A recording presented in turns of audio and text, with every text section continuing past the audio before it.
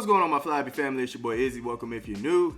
So Paige Beckers is basically being questioned after her statement where she stated there's not ever equal coverage when it comes to black and white players. And then also she said, I feel like even just marketability, people tend to favor white people, white males, white women. We are about to get into it, but before we do that, y'all make sure y'all hit the thumbs up for your boy if you like the content. Don't forget to subscribe to the channel. We're trying to hit 22.7, so if you can help me out with that, I highly appreciate it. And don't forget to get in the comment section and let me know what y'all think about this. Let's get it. All right, so reading from her statement, it says, it's still an issue. Every single day, there's not ever equal coverage. There's white privilege every single day that I see. I feel like I've worked extremely hard, blessed by God, but I do think there's more opportunities for me. I feel like even just marketability, people tend to favor white people, white males, white women. Now, coming from somebody that is black, I extremely appreciate anytime anybody ever steps up and say anything about black women in a positive manner. I appreciate it to the fullest. I think it's extremely noble for Paige Beckers and Caitlin Clark to come out and want to uplift black players. I think it's a beautiful thing. It shows a lot about their characteristics and who they are as a person. I love it, okay? But getting into the statement, right? There's not ever equal coverage. Now, if we go back to college last year, I feel like there were two players that a lot of people were talking about. One was Paige Beckers. The other was Juju. Now, correct me if I'm wrong, but I think those were the main two players that were getting the coverage last year. And honestly, I think Juju was probably getting even more coverage than Paige Beckers, especially with Stephen A. Smith getting on First Take and saying, why aren't we talking about Juju just as much as we're talking about Caitlin Clark?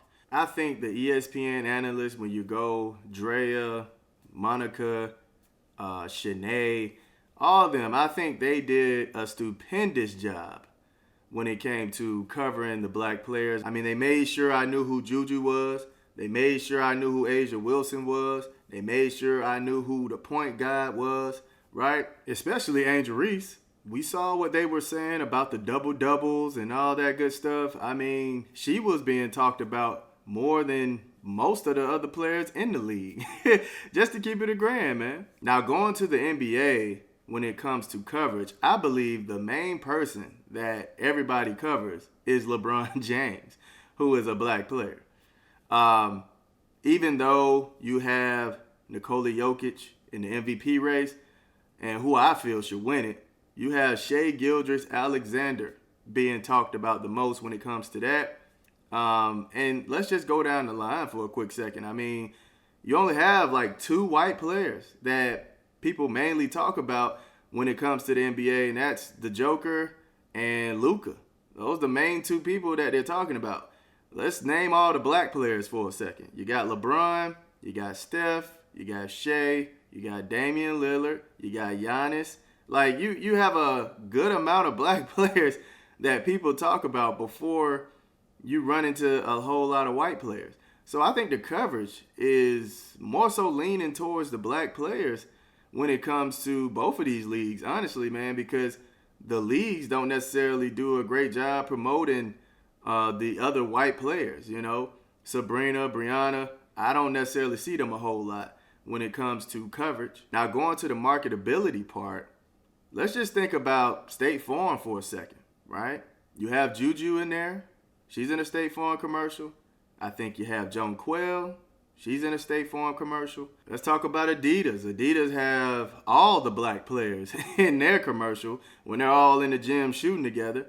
Candace Parker, Boston, Copper, Chelsea Gray. I mean, they have a bunch of black players in that commercial. Let's slide over to Nike. I mean, let's look at the campaign that they're putting on for Asia Wilson right now with her main commercial, with her theme song, kids clapping and whatnot for her A1s coming out.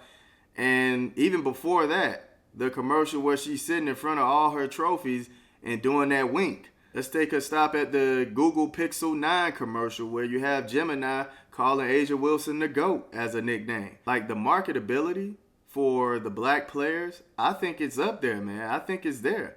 You see these black players in these different commercials.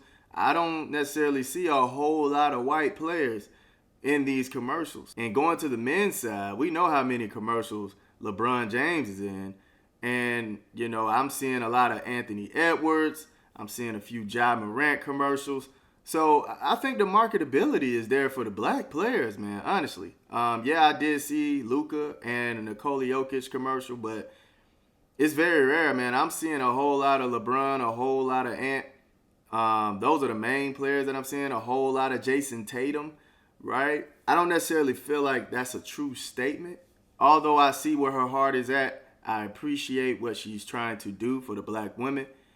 I just don't think this is a true statement is all. That's it.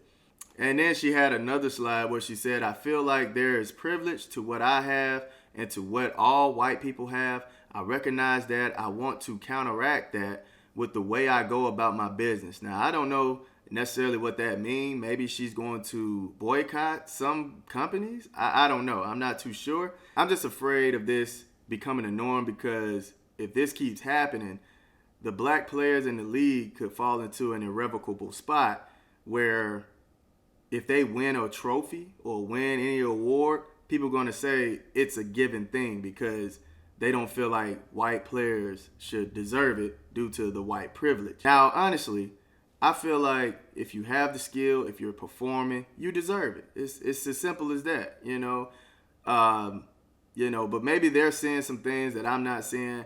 I don't know how necessarily your white privilege is getting you the advantage on the court. Yeah, I mean, I would say mainly try to uplift the WNBA. That's what the focus needs to be, honestly. Let's get the WNBA where it needs to be. Yeah, you can uplift all players. I think there's all type of nationalities in your league that makes your league great. But yeah, man, that's just my 2 cents on it all. I know I covered this a few times, but it popped back up again, man. I just want to reiterate where I was at with it. It's noble. It's very noble. Shows she has a big heart. But yeah, man, I can't find a way to agree with it. Seeing all the things that I'm seeing and actually paying attention to the coverage last year, yeah, I don't know, man. The magazines, you have Asia in the magazines. You had Angel Reese on the cover of magazines. I mean, the coverage is there. The coverage is there. I'm just not seeing it, man. Y'all let me know in the comment section how y'all feel about what Paige had to say, man. Do you feel like she's right? Do you feel like black players are not being covered as much as white players? Let me know in the comment section. I love y'all. Y'all keep it smooth.